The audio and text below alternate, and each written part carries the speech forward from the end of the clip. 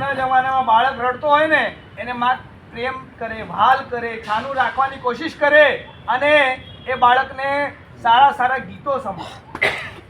અમને કંઈ, અમારે તો અનુપમા જોવું છે. એ અનુપમા જોવામાં અમારો બાળક ડિસ્ટર્બ કરે, આ ચાલે જ નહીં. બાળકના હાથમાં બીજો મોબાઈલ આપી દો, એની અંદર એને કોઈક સિરિયલ એને જે જોવું હોય અને જોજો. 2 વર્ષના બાળક હોય ને એને હજી કંઈ શું બોલવું ને એ ન આવડતું એટલે એને મોબાઈલ ચલાવતા આવડી જાય. અને પછી 12-13 વર્ષની ઉંમર થયા પછી એ બાળક એ મોબાઈલમાં શું જુએ છે એ તમે ક્યારેય તપાસ કરજો. આ બગાડ્યું કોણે? હા, કોને બગાડ્યા બાળકો?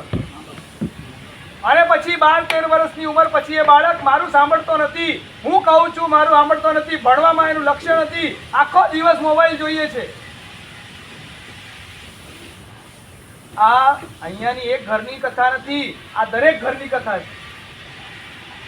માતાઓ આવીને કે સાહેબજી આ તમારા ચેલા કદાચ ભૂલે છે કે અમારા કોન્ટેક્ટમાં એકાદો બાળક આવી જાય ને દેરાસર આવતો હોય ભૂલથી, અને અમે પકડીએ બાળકને, બેટા શું કરે છે, ક્યાં રહે છે, પૂજા કરે છે કે નહીં, અમે પૂછીએ અને બાળક અમારા પરિચયમાં કદાચ આવી જાય અને પછી બાળક અમને કે સાહેબજી મારા ઘરે ગોચરી પધારો, ગોચરી જઈએ અને માં શું કરે? કમ્પ્લેન કરે બાળકની. સાહેબ આને સમજાવો ને જરા, આખો દિવસ મોબાઈલ જુએ, આખો દિવસ મોબાઈલ બાળક જુએ છે પણ એને મોબાઈલ આપ્યો તો કોને?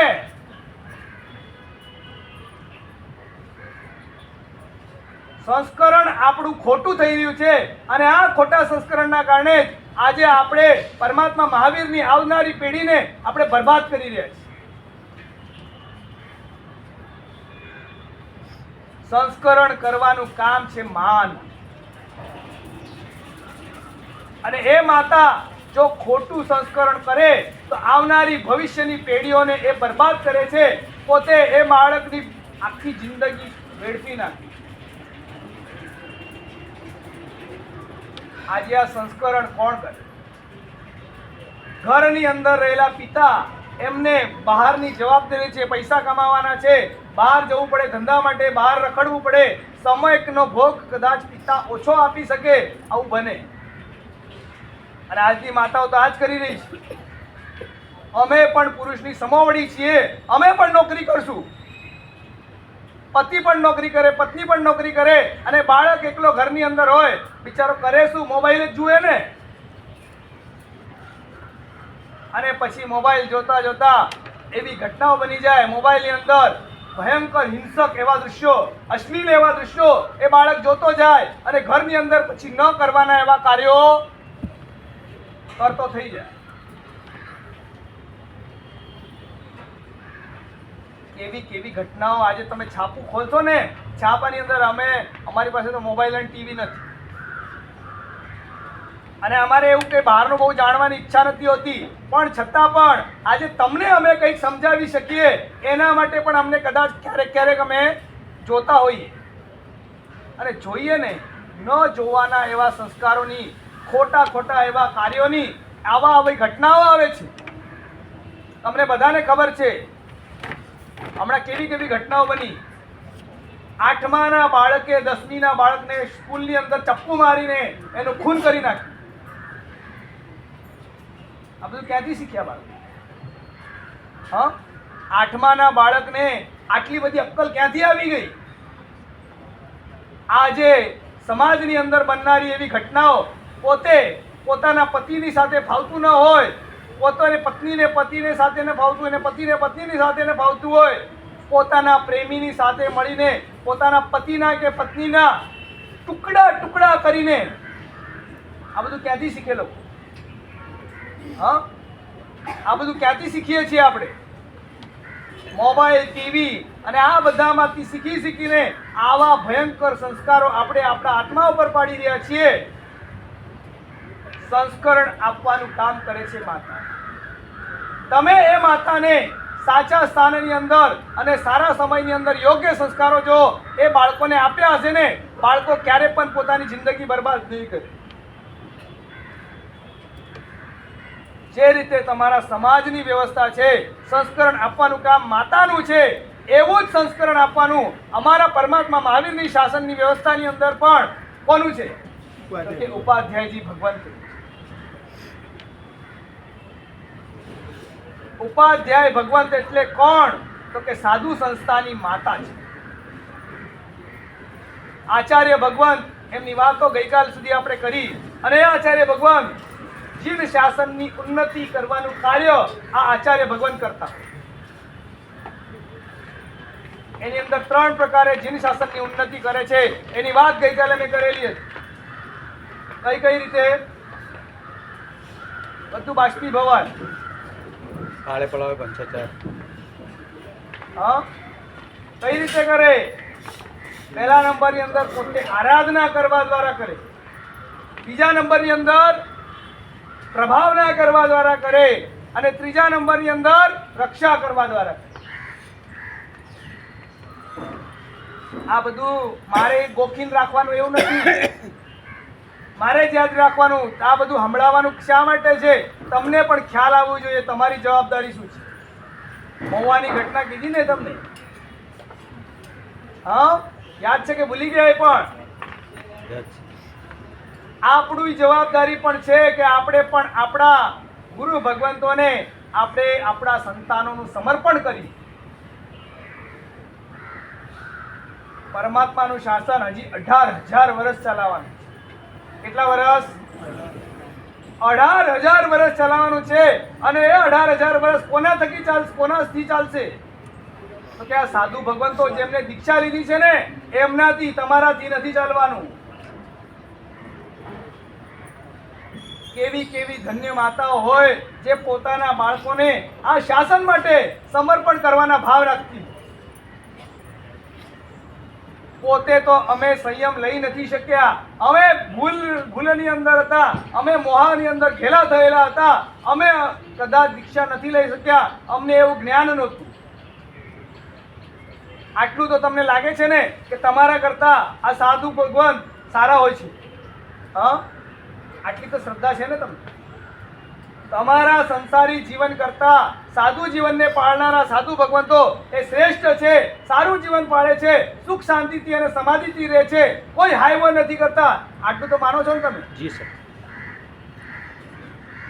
અને છતાં પણ એ સાધુ જીવનની અંદર અમે સંસારમાં દુઃખી થયા, અમે સંસારમાં હેરાન થયા, આવું ખબર હોવા છતાં આપણે આપણા સંતાનોને ક્યારે કીધું કે બેટા અમે તો સંસારમાં ભૂલથી પડી ગયા છીએ, પણ બેટા એક વખત તો સાધુ ભગવંતો પાસે શીખવા માટે જવાની કોશિશ કરજે. આપણા બાળકોને આપણે એવું સંસ્કરણ આપવાનું. આચાર્ય ભગવંતો પોતે શાસનની અંદર શાસનની પ્રભાવના, પોતાની આરાધના અને શાસનની રક્ષા માટે પોતાનો ભોગ આપતા હોય છે. અને આચાર્ય ભગવંતોની આ બાહ્ય જવાબદારીઓ હોવાના કારણે આચાર્ય ભગવંત કેવા કહેવાય? તો કે જીન શાસનના રાજા. અને રાજા જે હોય ને એ રાજાને માથે ઘણી બધી જવાબદારી, અને એ રાજાને માટે રહેલી જવાબદારીઓ, એ જવાબદારીઓને એને નિભાવવાની હોય, એના કારણે બની શકે. આટલું મોટું આખું રાજ્ય ચલાવવાનું હોય, જીન શાસન રૂપી રાજ્ય એને ચલાવવાનું છે, અને એ ચલાવતી વખતે ઘણી વખતે કદાચ એવું બને કે આચાર્ય ભગવંત પોતે પોતાના ઘરની વ્યવસ્થા એના તરફ સંપૂર્ણ લક્ષ્ય આપી શકે નહીં. પતિ કમાવા માટે બહાર જતો હોય અને દીકરાએ આજે ખાધું કે નહીં ખાધું આટલું બધું ધ્યાન પપ્પા રાખી શકે કોઈ દિવસ?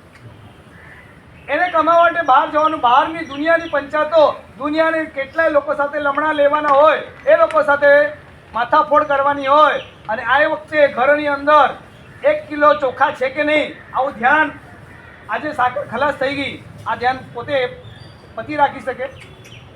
આ બધી જવાબદારી બહેનોની હોય, માતાઓની હોય.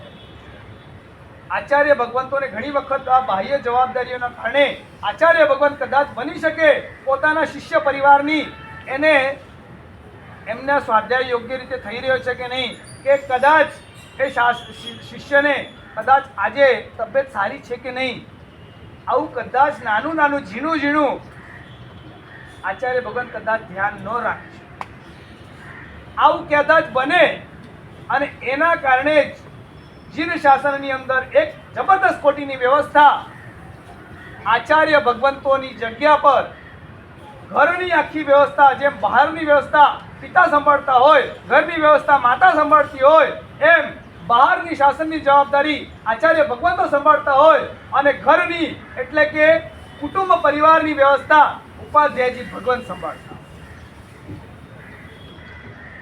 શિષ્યોનું યોગ્ય રીતે ઘડતર કરવાનું કામ, શિષ્યોને યોગ્ય રીતે ભણાવવા ગણાવવા, શિષ્યના આ ભાવ આરોગ્ય અને દ્રવ્ય આરોગ્ય બંનેની ચિંતા કરવાનું કામ કોણ કરે? ઉપાધ્યાયજી ભગવંત. એ ઉપાધ્યાયજી ભગવાન પોતે જુએ કે કઈ વ્યક્તિ એનો સ્વભાવ કેવો છે. કોઈ વ્યક્તિ હોય ને, અલગ અલગ સાધુ ભગવંતો છે, અલગ અલગ ઘરોમાંથી આવેલા. કોઈ શિષ્યને ભણવામાં જ રસ હોય, કોઈ શિષ્યને વ્યાવચ કરવામાં રસ હોય, કોઈ શિષ્યને ભક્તિ કરવામાં રસ હોય, કોઈ શિષ્યને જાપ કરવાની અંદર રસ હોય, કોઈ વ્યક્તિને ધ્યાનની અંદર રસ હોય. અલગ અલગ હોય. ભણવામાં પણ કોઈ શિષ્ય છે એ ન્યાયના શાસ્ત્રો ભણી શકે એમ છે, કોઈ શિષ્ય છે એ વ્યાકરણના ગ્રંથો ભણી શકે એમ છે, કોઈ શિષ્ય છે આગમના ગ્રંથો ભણી શકે એમ છે. આવા અલગ અલગ કેપેસિટી વાળા અલગ અલગ શિષ્યો, એમને ઓળખીને પારખીને, ન્યાય ભણવાની જેની કેપેસિટી છે એને હું વ્યાકરણ ભણાવવા બેસાડી દઉં, શું થશે? જેને ભણવાની અંદર શયોપક્ષમ ઓછો છે, જેને વ્યાવચમાં શયોપક્ષમ છે, એ વ્યાવચ વાળા શિષ્યને હું ભણવા બેસાડી દઉં અને ભણવાના શયોપક્ષમ વાળાને વ્યાવચ કરવા બેસાડી દઉં. ચાલે? એ યોગ્ય શિષ્યને પારખીને એ યોગ્ય રીતે એનું યોગ અને ક્ષેમ કરવું એ જવાબદારી કોની? ઉપાધ્યાય. એ ઉપાધ્યાયજી ભગવાન પોતે શિષ્યોને પારખે. આમ કહેવાય ને કે જૂના જમાનામાં વૈદ હતા, અને વૈદ શું કરતા? નાડી પારખતા. નાડી પારખે. પિત્તના નાડીવાળા વ્યક્તિને હું કદાચ હજી મરચું ખવડાવું તો શું થાય? હા, તબિયત સુધરે કે બગડે? અને કફના નાડીવાળાને હું સાકર ખવડાવું, શું થાય? તબિયત સુધરે કે બગડે? પિત્તની પ્રકૃતિ વાળાને સાકર ખવડાવવાની હોય અને કફની પ્રકૃતિ વાળાને તીખું ખવડાવવાનું. ઊંધું થઈ જાય, આનું આને ખવડાવી દઉં ને આનું આનું ખવડાવી દઉં તો બંનેની તબિયત સુધરવાને બદલે આ નાડી પારખવાની તાકાત ઉપાધ્યાયજી ભગવાન. આ ઉપાધ્યાયજી ભગવાન એ ગચ્છ સંબંધી તમામ જવાબદારીઓ એને નિભાવતા હોય છે. અને માટે જ કેવા કહેવાય તો કે રાજકુંવર સરીખા ગણ ચિંતક આચાર્યપદ યોગી. કેવા છે એ? ભલે આચાર્ય પોતે નથી, પણ કેવા છે તો કે આચાર્ય પદને પ્રાયોગ્ય છે. રાજ્યની અંદર બે જણા, એક બાપને બે દીકરા છે. એકને પોતાની રાજગાદી બાપાએ સોંપી અને બીજાને શું કરે? યુવરાજ બનાવે. શું બનાવે? યુવરાજ. અને યુવરાજ એટલે કોણ? તો કે આ રાજા જ્યાં સુધી છે એના પછીનો રાજા કોણ? તો કે યુવરાજ. આચાર્ય એટલે રાજાના પદને માટે એ યોગ્ય વ્યક્તિ છે, પણ અત્યારે એક રાજા છે માટે બીજાને રાજા બનાવાય એમ આ ઉપાધ્યાયજી ભગવાન એટલે કેવા તો કે આચાર્ય પદને યોગ્ય. પોતે આચાર્ય જેવા જ હોય પણ એમને આચાર્ય પદવી ન હોય, પણ એમને કઈ પદવી હોય? ઉપાધ્યાય પદવી.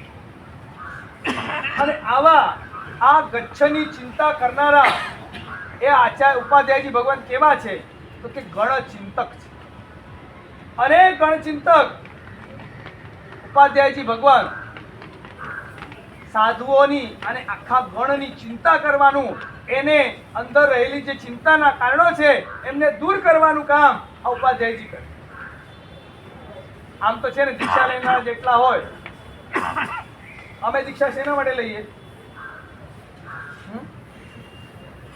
અમે દીક્ષા શેના માટે લેતો? આત્મકલ્યાણ કરવા માટે અમે દીક્ષા લઈએ. પણ ઘણી વખત એવું બને દીક્ષા લઈએ એ વખતે ઉછળતો ઉલ્લાસ હોય. અને ઉછળતા ઉલ્લાસ સાથે દીક્ષા લીધી. દીક્ષા લીધા પછી ધીમે ધીમે સંયમ જીવનનું પાલન કરી રહ્યા છે અને કદાચ કોઈ યોગ્ય કુશળ યોગક્ષેમ કરનારો ન મળે. તમે જોયું હશે કોઈ ઘરની અંદર બાપા કામ ધંધે જતા હોય અને કોઈક કારણસર માતા ગુજરી ગઈ,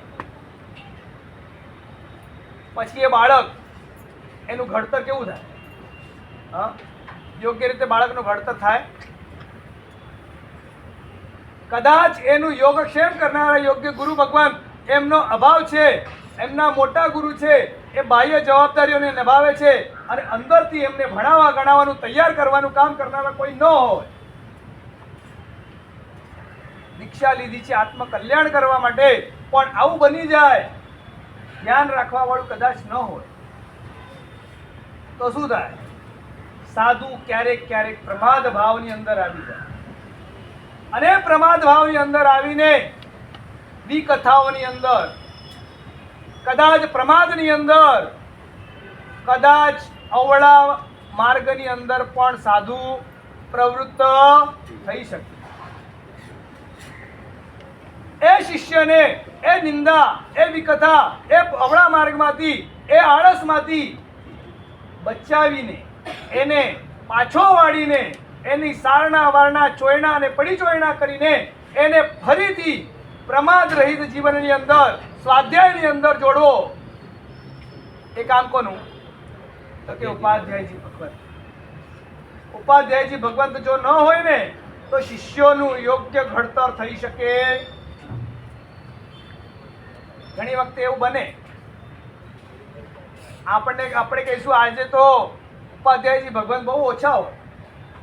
કદાચ એવું બને આખા ગચ્છની અંદર એક કે બે કે ત્રણ જણ ઉપાધ્યાયજી ભગવંત. કદાચ પદવીની સહિત ઉપાધ્યાય પદ હશે એવા કદાચ ઓછા હશે, પણ આ ઉપાધ્યાયની જવાબદારી નિભાવનારા ઉપાધ્યાયજી જે વગર પદવી વાળા છે એવા પણ ઘણા બધા છે. આવા ઉપાધ્યાય પદ ઉપ-અધ્યાય. ઉપાધ્યાય કઈ રીતે બને? ઉપ-અધ્યાય. ઉપનો અર્થ થાય છે નજીક, સમીપ જઈને. અધ્યાય એટલે કે ભણવું. આજે કેવું થઈ ગયું? ઊંધી વ્યવસ્થા આખી થઈ. ગુરુની નજીક જઈને ભણવાનું હોય. આપણે શું કરીએ છીએ? આપણા દીકરાઓને ટ્યુશન આપવા માટે ટીચરને જ ઘરે બોલાવી લઈએ. અવિનય સ્કૂલમાં કે ટ્યુશનમાં તમારા દીકરાઓ જતા હોય, ટીચર કેવા હોય? આમ મોટું બ્લેકબોર્ડ હોય સ્કૂલના રૂમની અંદર, ક્લાસરૂમની અંદર, અને ટીચર બિચારા ઊભા હોય અને ઊભા ભણાવતા હોય અને બધા સ્ટુડન્ટ મસ્ત બેન્ચ ઉપર, ગુરુ ઊભા હોય અને શિષ્ય બેઠા હોય. ત્યાં ચડે કોઈ દિવસ? હા, ઘરની અંદર તમે સોફા સેટ પર ટીચરને બોલાવો કે ભાઈ મારા દીકરાને ભણાવવા માટે ઘરે આવજો, ટ્યુશન, હોમ ટ્યુશન. અને દીકરો પણ સોફા સેટ પર બેઠો છે, ટીચર પણ સોફા સેટ પર બેઠા. ધ્યાન ચડશે? ગુરુવંદન કર્યું ને હમણાં સવાર વ્યાખ્યાનના પિતા, એની અંદર શું બોલ્યા? ઉચ્ચાસણે સમાસણે અંતરભાષાએ ઉરી ભાષાએ.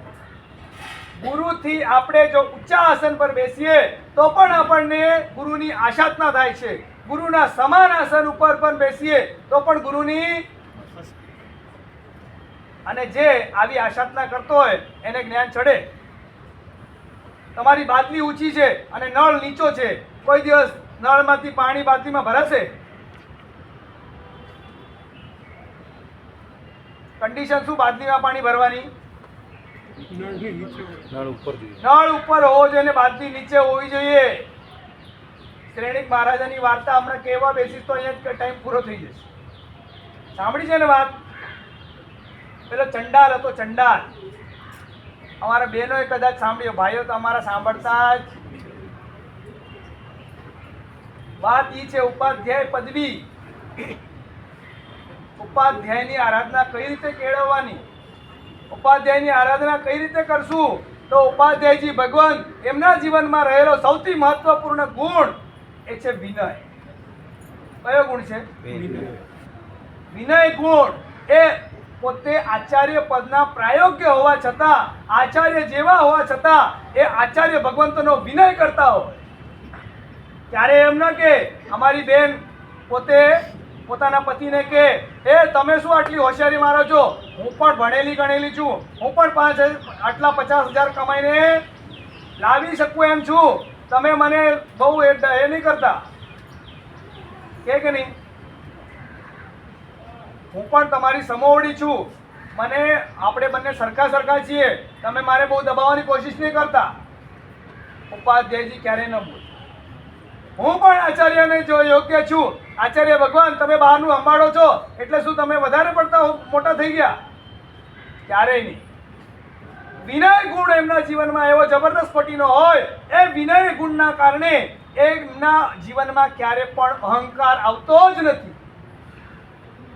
અને જે વિનય હોય ને એ જ વ્યક્તિ જગતની અંદર કાયમ માટે સૌથી આગળ વધતો. ક્યારે પણ નળ ઉપર રાખવો પડે અને બાદલી નીચે તો જ બાદલીમાં પાણી ભરાય. બાકી નળ તમે ગમે તેટલા ચાલુ કરો, નળ નીચો હોય ને બાદલી ઊંચી હોય, કોઈ દિવસ નહીં ભરાય. ઉપાધ્યાયજી ભગવંતની આરાધના કરવાની છે. અને કહેવાય છે ને ઉપાધ્યાયજી ભગવાન આપણે ત્યાં છે ને પુણ્ય બંધ કરવાના અલગ અલગ પ્રકારના 9 પ્રકારે પુણ્ય બંધ કરી છે. એની અંદર અલગ અલગ વસ્તુઓ બતાવી છે. અન્નનું દાન કરો તો પુણ્ય બંધાય, પાણીનું દાન કરો તો પુણ્ય બંધાય, વસ્તીનું દાન કરો તો પુણ્ય બંધાય. પછી તમે વાસણનું એટલે પાત્રનું દાન કરો તો પુણ્ય બંધાય, વસ્ત્રનું દાન કરો તો પુણ્ય બંધાય. આવી અલગ અલગ 9 પ્રકાર પુણ્ય બાંધવાના બતાવ્યા. આ બાકીના બધા જ જે પ્રકાર પુણ્ય બાંધવાના બતાવ્યા છે એ બધા પુણ્ય બાંધવાના પ્રકાર કરતા પણ ચડી જાય એ છે જ્ઞાનનું દાન. કયું દાન? જ્ઞાનનું દાન. અને એ જ્ઞાનનું દાન કરવાનું કામ કોણ કરે છે? તો કે ઉપાધ્યાયજી ભગવાન. આ ઉપાધ્યાયજી ભગવાન તીર્થંકર પરમાત્મા એમને તો કેવળ જ્ઞાનની પ્રાપ્તિ કરી, અને કેવળ જ્ઞાનની પ્રાપ્તિ કર્યા પછી પોતે પરમાત્મા વાણી દેશના દ્વારા આપે છે. અને એ આચાર્ય ભગવાન એને ગણધર ભગવાન એનો ગૂંથે છે. અને ગૂંથ્યા પછી શાસ્ત્રોની રચના કરી, આગમોની રચના કરી, દ્વાદશાંગીની રચના કરી. એ દ્વાદશાંગી રચાઈ, પણ રચાયા પછી આગળ પીડી પડી વધારી કોણે? તો કે ઉપાધ્યાયજી ભગવાન. તમે ઘણી વખત જોયું હશે તમારા ઘરની અંદર તમને તમારો દીકરો તમારું ન સાંભળતો હોય કે કદાચ કોઈ ખોટી પ્રવૃત્તિ કરતો હોય ને, તમે શું કરો? ટકોર કરો. અને ઘણા બધા મા બાપ આવીને અમને કહેતા હોય સાહેબજી અમારો દીકરો અમારું સાંભળતો નથી, ઊંધા જવાબ આપે છે. અને એની પાછળ કારણ શું બને? ઘણા બધા માતા પિતાને ટેવ હોય, વારંવાર ટોક કરતા હોય. અને જે વ્યક્તિ વારંવાર ટોક કરે ને એની વાત ક્યારે પણ ઉપાદેય બનતી. ઉપાધ્યાયજી ભગવંત પણ ટકોર કરવાનું કામ, શિષ્યને સુધારવાનું કામ કરે, પણ એવું કરે તો કે વાત્સલ્ય ભાવથી. આ ઉપાધ્યાયજી ભગવાન શિષ્યને એ રીતે ટકોર કરે ને કે પેલાને અણગમો પણ થાય નહીં. એને ક્યારે એવું ન લાગે કે ઉપાધ્યાયજી ભગવંતે મને ટકોર કરી, એને લાગે ઓ સાચું, હા ઉપાધ્યાયજી ભગવાન મહારાજે કીધું છે એ વાત 100% સાચી છે.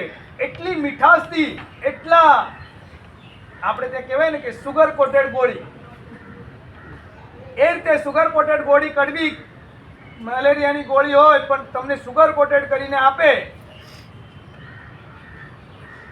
કે એવી અંદર ઉતરી જાય અને અંદર રહેલો તમારો તાવ દૂર થઈ જાય. કેવી રીતના આપે તમે જોયું હશે. પોતે છે ને ઉપાધ્યાયજી ભગવાન એમને એમ ન કરે. માતા હોય ને, માતા એ નાનું બાળક હોય એને ગરમ પાણીથી નવડાવે. તો ગરમ પાણીથી નવડાવતા પહેલા માતા શું કરે? બાળક ઉપર પાણી નાખવું હોય કેવી રીતના નાખે? વચ્ચે પોતે હાથ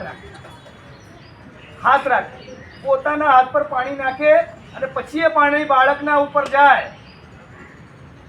એટલે બાળકને લાગે અંદરથી આમ ગરમ પાણી, પોતે એની ગરમાશ લઈને પછી એની ગરમાશ કાઢીને એ બાળકને આપે. અંદરથી એ બાળકને એકદમ ગરમ પાણી નાખો તો શું થશે?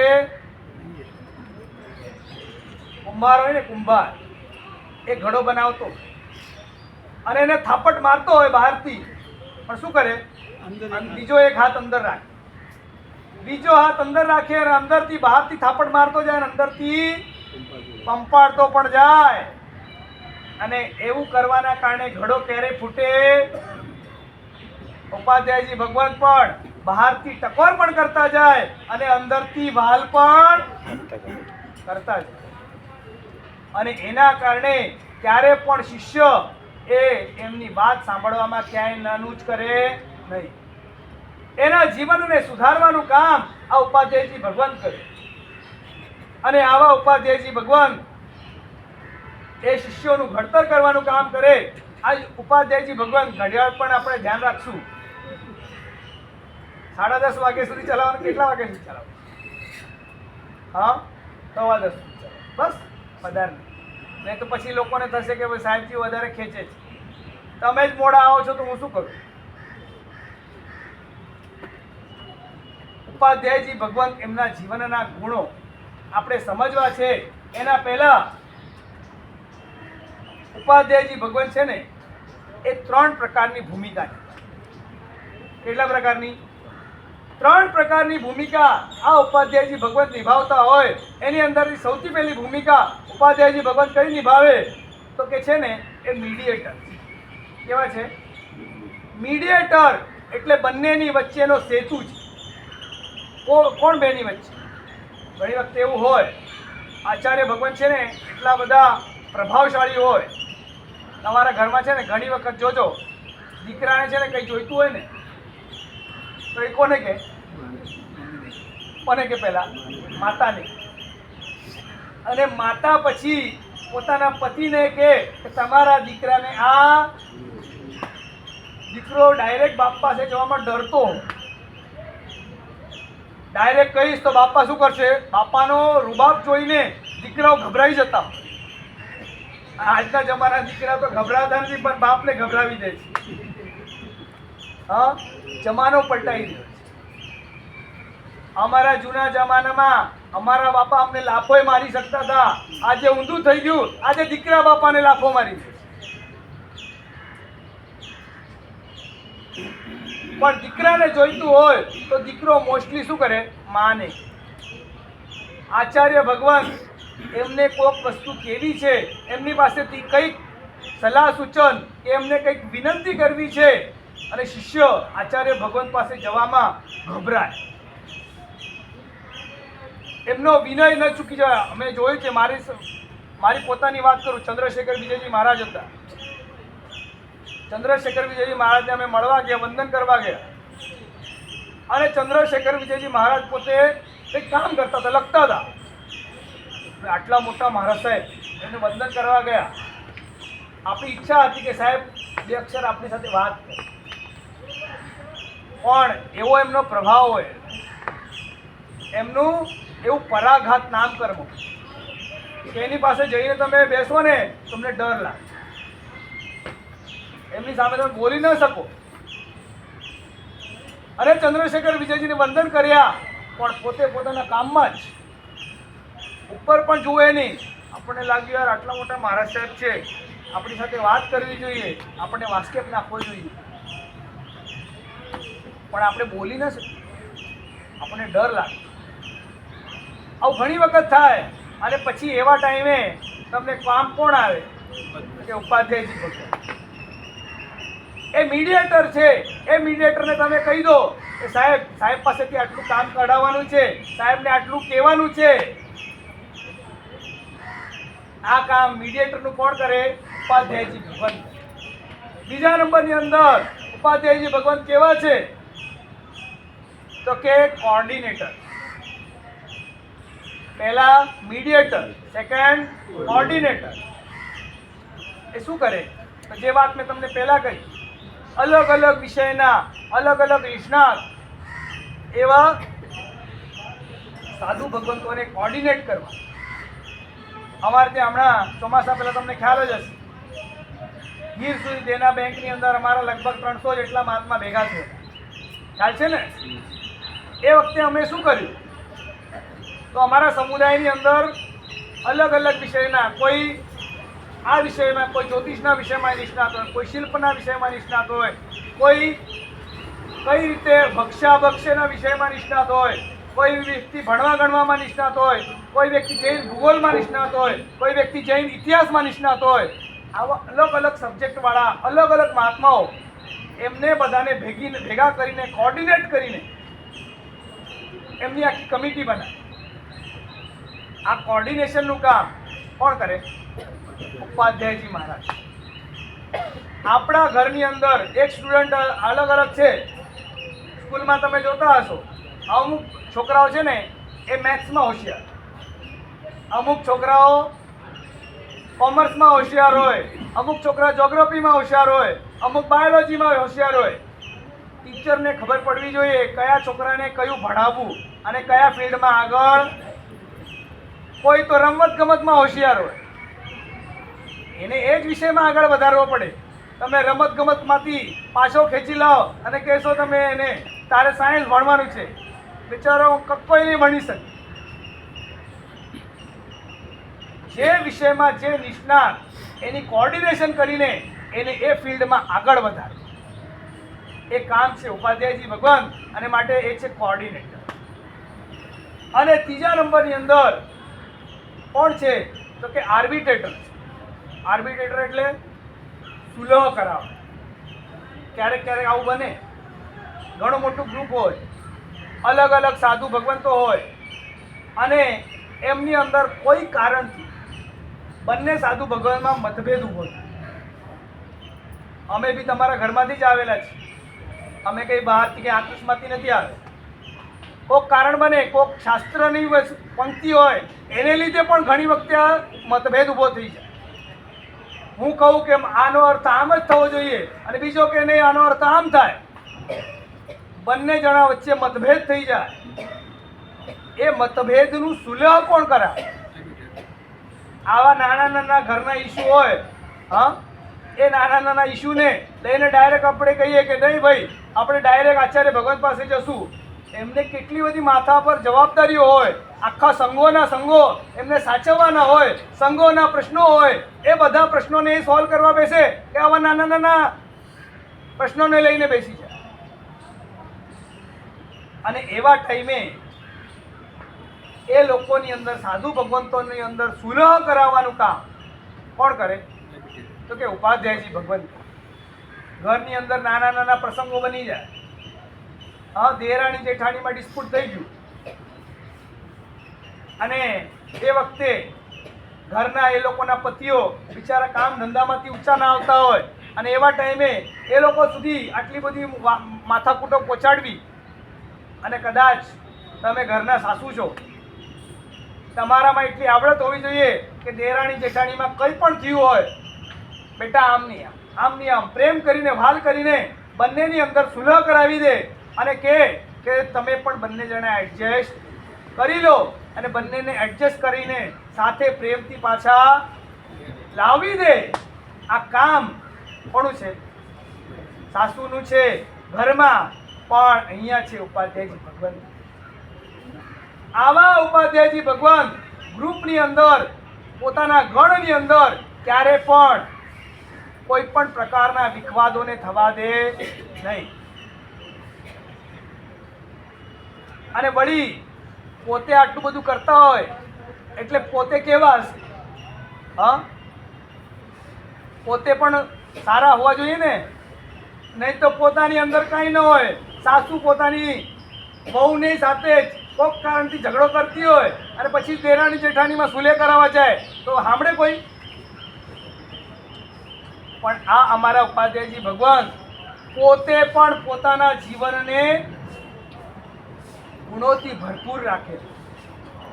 એ ઉપાધ્યાયજી ભગવાન ક્યારે પણ પોતાના જીવનમાં પણ કોઈ પણ પ્રકારની આવી ભૂલોને કરે. આ ઉપાધ્યાયજી ભગવાન તેમના વિશેષણ બતાવે છે. ઉપાધ્યાયજી ભગવાન કેવા, એના પહેલા એક વાત કહી દઉં, પાછું હું ભૂલી જઈશ. ગઈકાલે તો ભૂલી ગયો. આચાર્ય ભગવંતની ઉપાસના કયા વર્ણથી કરવાની હતી? પીળા વર્ણ. અને આજે ઉપાધ્યાય પદની લીલા ગ્રીન વર્ણથી કરે. તો ગ્રીન વર્ણ કેમ? હા? લીલું રાખે. શું લીલું રાખે? તો પોતે પોતાના ગણને એટલે સાધુ ભગવંતોના સમૂહને પોતે જ્ઞાન દાન કરવા દ્વારા, જેમ ઝાડ હોય ને, ઝાડને પાણી આપો તો ઝાડનો બગીચો કેવો રહે? લીલો છમ રહે. એ રીતે ઉપાધ્યાયજી ભગવાન આ પોતે જ્ઞાનનું પાણી આપવા દ્વારા, વાત્સલ્યનું પાન કરાવવા દ્વારા આ પોતાના શિષ્યગણને, આશ્રિત ગણને હંમેશા લીલું છમ રાખે. અને માટે જ એમની ઉપાધ્યાય પદની આરાધના લીલા વર્ણ દ્વારા. વળી આ ઉપાધ્યાયજી ભગવાન કેવા છે તો એમના જીવનના વિશેષણો બતાવે. ઉપાધ્યાયજી ભગવાન પોતે કેવા હોય તો કે અપ્રમાદી. દુનિયાને તો સુધારે પણ પોતે આળસુ હોય તો? હું પોતે 10 વાગ્યા સુધી ઊંઘતો અને મારા દીકરાને કહું કે બેટા 8 વાગે ઉઠવું જોઈએ, ઉઠશે કોઈ દિવસ દીકરો? ઉપાધ્યાયજી ભગવાન પોતે પણ અપ્રમાદી. એટલે ક્યારે આપણે ત્યાં કહેવત છે, સુખાર્થીનમ કુતો વિદ્યા. સમજ્યા? સુખાર્થીનમ કુતો વિદ્યા અને વિદ્યાર્થીનામ કુતો સુખ. જે વિદ્યાનો અર્થી હોય, જેને વિદ્યા મેળવવાની ઈચ્છા છે, એને સુખ ક્યારે મળે? હું વિચાર કરું, આરામથી ઊંઘતા ઊંઘતા હું ભણીશ, એ વ્યક્તિ કોઈ પણ દિવસ ભણી શકવાનો નથી. અને જે સુખનો અર્થી છે, જેને સુખ જોઈએ છે, એને ક્યારે પણ વિદ્યા ન મળે. અને જેને વિદ્યા જોઈએ છે એને ક્યારે પણ સુખ ના મળે. હવે નક્કી કરી લો, તમારે વિદ્યા જોઈએ છે કે સુખ જોઈએ? શું જોઈએ છે? અમને તો સુખ જોઈએ છે. આરામથી પથારીની અંદર 9 વાગ્યા સુધી ઊંઘવા મળે, એના જેવું સુખ તો સ્વર્ગલોકમાં પણ નથી ને? છે દેવલોકમાં એવું સુખ? ગમે તેટલા એલાર્મ વાગે કે ગમે તેટલું કોઈ એવું કરે, અમે 9 વાગ્યા પહેલા ઉઠતા. આ તો હોળી છે એટલે આવીને બેસી ગયા. બાકી આપણા જીવનની પણ બહુ મોટી કરુણ શોકાંતિકા છે. આ પોતે નિંદ્રા, વિકથા અને આવા બધા પ્રમાદોની અંદર પોતાનું જીવન ક્યારે પણ વેડફે નહીં. પોતે બધા જ શાસ્ત્રોનું પોતે અધ્યયન કરતા હોય અને કરવાની સાથે જ બીજાને પણ કરાવતા હોય. પોતે જ ભણેલા ન હોય તો બીજાને શું ભણાવવા?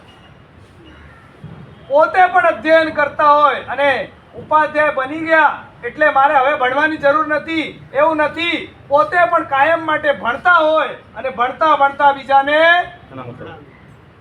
આજે પણ જોજો, ઘણા બધા આચાર્ય ભગવંતો તમે જશો ને, અમારા મોટા ગુરુદેવની જ વાત છે, આજે 84 વર્ષની ઉંમર છે. 84 વર્ષે આપણી હાલત શું હશે આપણને ખબર નથી. આજે પણ જે આજે કદાચ પહેલા બેઠા બેઠા જ વાંચતા હોય, 80% એમની કોશિશ હોય બેઠા બેઠા જ વાંચવાની. કદાચ શરીરની અંદર બહુ જ વીકનેસ હોય તો કદાચ સૂતા સૂતા વાંચતા હોય, પણ વાંચતા તો એમ નહીં કે ભાઈ હવે મારી ઉંમર થઈ ગઈ, હવે મારે કંઈ જરૂર નથી, હવે આરામથી ઊંઘીને આરામ કરું. આળસ ન હોય. જેને જિંદગીની અંદર સાધના કરી હોય ને એ માણસ ક્યારે પણ છેલ્લી ઘડીમાં પણ આળસ કરે. ઘણા બધા મેં તો અમારા ગુરુ મહારાજની વાત કરી, બાકી ઘણા બધા ગુરુ ભગવંતોની વાત કરી સાંભળીએ ને આપણે, અને તમે જોજો અલગ અલગ ગુરુ ભગવંતોને મળવા ક્યારેક જાઓ, વંદન કરવા જાઓ, જોજો ઘણા બધા મહાત્માઓ માત્ર એમના સ્વાધ્યાયમાં જ હોય. આપણી તરફ ઊંચી નજર કરીને જોવાનો પણ એમને ટાઈમ, આપણને ખોટું લાગી જાય. આ શું આપણે આટલો વંદન કરવા ગયા અને મહારાજ સાહેબ અમારી તરફ જોતા નથી, આપણને ખોટું લાગે. પણ ખરેખર ત્યારે છે ને ખોટું લગાડવાની જગ્યા એમને ધન્યવાદ આપજો કે પોતે એટલા બધા અપ્રમાદ ભાવની અંદર છે, પોતે પોતાના સ્વાધ્યાયમાં આટલા બધા એકાકાર છે કે એમને બહાર શું ચાલે છે ને એ પણ ખબર પડતી. આવા અપ્રમાદી આ ઉપાધ્યાયજી ભગવંત. બીજા નંબરની વાત કરે છે તો કેવા હોય કે અપ્રમાદી હોય. બીજા નંબરમાં નિર્વિષાદી. કેવા હોય? નિર્વિષાદી. વિષાદ એટલે શું? તો કે કોઈ પણ પ્રકારની મનની અંદર દુર્ધ્યાનની માળા, મનની અંદર કોઈ પણ પ્રકારની ચિંતા કે મનની અંદર કોઈ પણ પ્રકારના વિકલ્પો એમના મનમાં ક્યારે પણ આવતા જ નથી. વિકલ્પ કોને આવે? ચિંતાઓ કોને થાય? બોલો. અરે જરા બોલો, નહીં તો મને લાગશે કે બધું ઉપરથી જાય છે. સંસારીઓને નહીં, જે વ્યક્તિને ખરેખર સાચું જ્ઞાન નથી મળ્યું ને એ જ વ્યક્તિને ચિંતા હોય. આપણા ઘરની અંદર કદાચ એવું બની જાય, કોકના ઘરની અંદર જુવાન જો દીકરો અચાનક કોઈક કારણસર એક્સપાયર થઈ ગયો અને આપણે રોવા બેસી જઈએ, અરે પણ મારી સાથે જ આવું કેમ થયું? પણ જે સુલસા શ્રાવિકાની વાત સાંભળી છે ને, એ સુલસાના 32 દીકરા એક સાથે મરી ગયા. અને સુલસા એ સમાચાર કઈ રીતે આપવા એના માટે શ્રેણિક મહારાજા પોતે ટેન્શનમાં છે. હું સુલસાને કઈ રીતે જવાબ આપીશ કે એના 32 દીકરા ગુજરી ગયા છે. અને ઘરે આવીને સમાચાર આપ્યા. અને સુલસા શ્રાવિકા સામાયિક કરતા હતા. સામાયિકમાં સમાચાર આપ્યા છે, આપના 32 દીકરા શ્રેણિક મહારાજાની રક્ષા કરતા કરતા પોતે વીર ગતિને પામી ગયા. અને એક ક્ષણ માટે ખાલી વિચાર આવ્યો, મારા દીકરા ગયા, અને તરત જ બીજા પડે વિચાર આવી ગયો, 32 દીકરા મારા જતા રહ્યા, મારું કર્મ એ લોકોની સાથેનું લેના દેની આટલી જ હતી.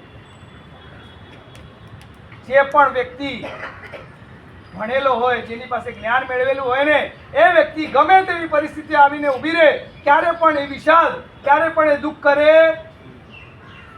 ઉપાધ્યાયજી ભગવાન એટલા બધા જ્ઞાનની અંદર મગ્ન હોય કે ક્યારે પણ એમના મનમાં વિષાદ આવે નહીં.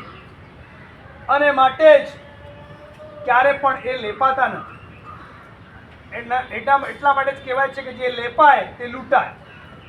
અને માટે ક્યારે પણ કોઈ પણ વસ્તુમાં, કોઈ પણ પરિસ્થિતિમાં લેપાવાનું નહીં. ત્રીજા નંબરની વાત બતાવે છે, પહેલા અપ્રમાદી હોય, બીજા નિર્વિષાદી હોય, ત્રીજા આત્મપ્રવાદી હોય. કેવા હોય? તો આત્મપ્રવાદી. આત્મપ્રવાદી એટલે શું?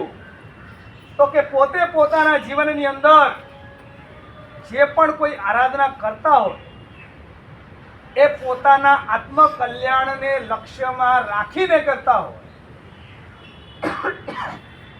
આપણે જે પણ કંઈ આરાધના કરીએ છીએ એ બધામાં લક્ષ્યમાં, કેન્દ્રમાં શું છે? આત્મકલ્યાણની ભાવના છે કે કંઈક મેળવવાની, કંઈક મારું સારું થઈ જાય, ક્યાંક મારું નામ થઈ જાય, એ ભાવના સાથે કરતા હોઈએ. વ્યવહારનું આચરણ કરતી વખતે પણ એ વ્યવહારના કેન્દ્રમાં નિશ્ચયને રાખીને પોતે આત્મકલ્યાણની ભાવના સાથે પોતે આ આરાધનાઓ કરતા અને કરાવતા હોય. એટલે આ ઉપાધ્યાયજી ભગવાન પોતાના કેન્દ્રની અંદર દેહ અને આત્માના ભેદ જ્ઞાનને સારી રીતે જાણતા હોય છે અને માટે જ પોતે ક્યાંય પણ પોતાના અહંકારને પુષ્ટ થાય એવી કોઈ પણ કરણી કરતા નથી. અને ચોથા નંબરની અંદર ઉપાધ્યાયજી ભગવાન તત્વ પ્રવેદી કેવા હોય તો કે તત્વ પ્રવેદી હોય. પોતે જે તત્વોને ભણ્યા છે ને એ તત્વો પોતાના શિષ્યગણને આશ્રિત ગણને પોતે આપીને આજ સુધી તમારી પાસે જે છે એ કોને તમે આપો? તમારા આશ્રિતોને આપો છો. તમારા જીવનમાં જે સારા સંસ્કાર છે એ સારા સંસ્કાર તમે તમારા દીકરાઓને આપ્યા? હા, કેટલાક?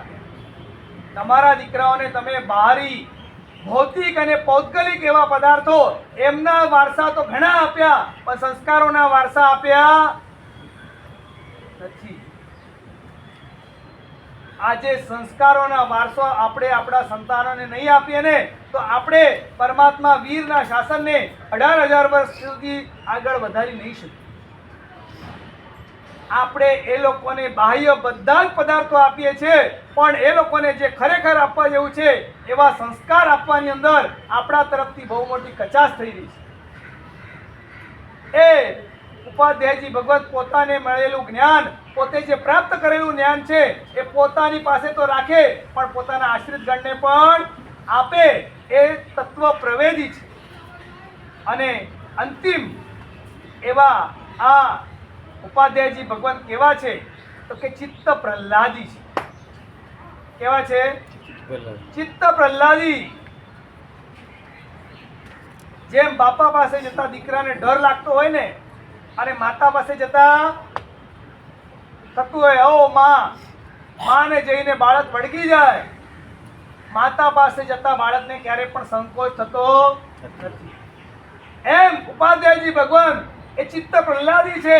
અને શિષ્યગણને ખબર છે મારે કોઈ પણ મારા જીવનમાં પ્રશ્ન ઊભો થયો હોય એનું સોલ્યુશન મને ક્યાં મળશે? ઉપાધ્યાયજી પાસે મળશે.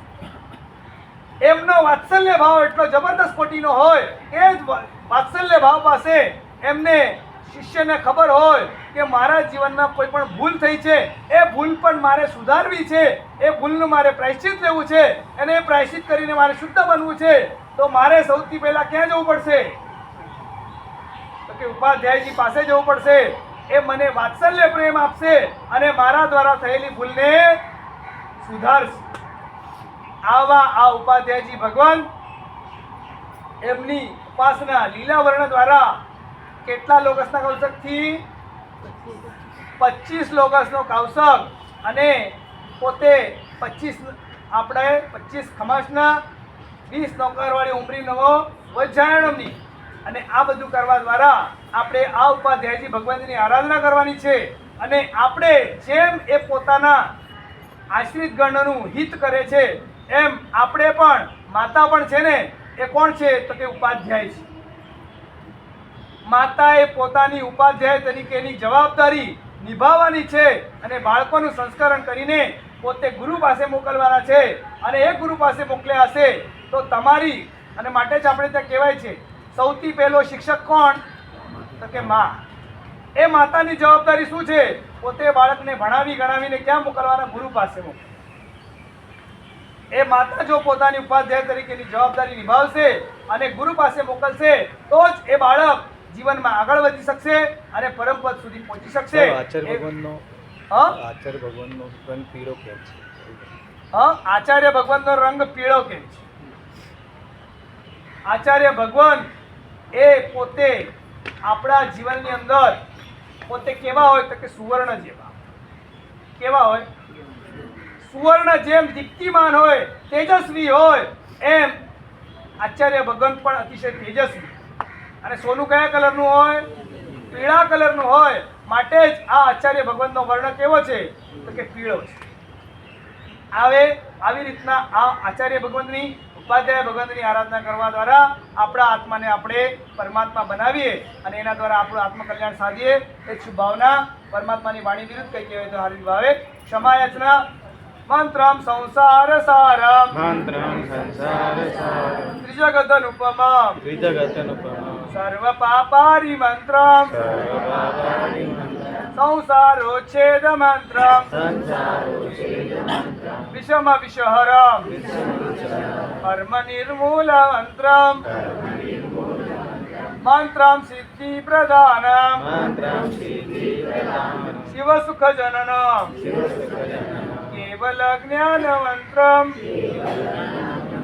મંત્રમ સિદ્ધિ પ્રદાનમ મંત્રમ સિદ્ધિ પ્રદાનમ શિવ સુખ જનનમ શિવસુખજનનમ કેવલ જ્ઞાન મંત્રમ મંત્રમ શ્રી જૈન મંત્રમ મંત્રમ શ્રી જૈન મંત્રમ જપ જપ જપિતમ જપ જપ જપિતમ જન્મ નિર્વાણ મંત્રમ જન્મ નિર્વાણ બાર નૌકાર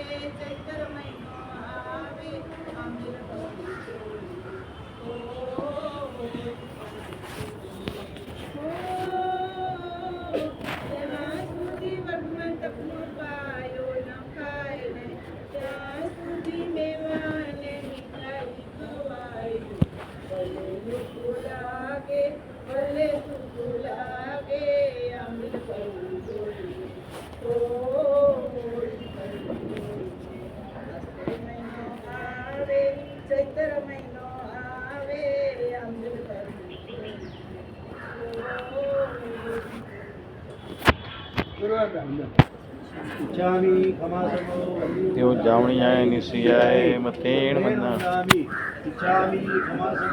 દેવ જાવણીયાય નિશિયાય મતેણ મંદા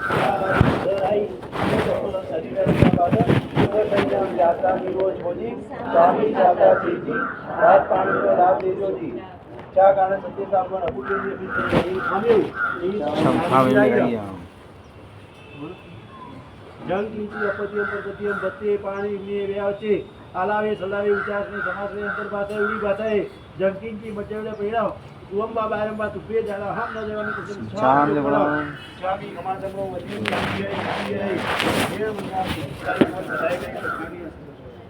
પચકાણ પોરસી આંબીર ઉપવાસ સૂર્યગ્રહણ ભદ્રમ પચકાય દિવ્ય પ્રિય પ્રમાણ બાણાર પોરજર નથી અનંતર ભગવાન સદાનંદ માણસ લેવણવારે વેણા ક્ષણ વરણ સસિત પ્રવાસ નાઓસ્ત્રે નકાર પોરસી આંબીર ઓગઈ સરે નકાર થી પોરજર પોરસી મુજબિકા ચોકે મેયાર સમાણ ને નગર પચ્છન પરિણામ દીગયો આયમ બિલે મુજબ વિકાસ નામ દિયાસ ને મતલબ કે પ્યાર નો કાય ભગવાન સદાનંદ સાગરે વરણ ગુરુ બટન માણસ લેવણવારે વેણા ક્ષણ વરણ સસિત પ્રવાસ નાઓસ્ત્રે સૌર મંગલ મંગલ કલ્યાણ કારણ પ્રદાન કરો વણમ લે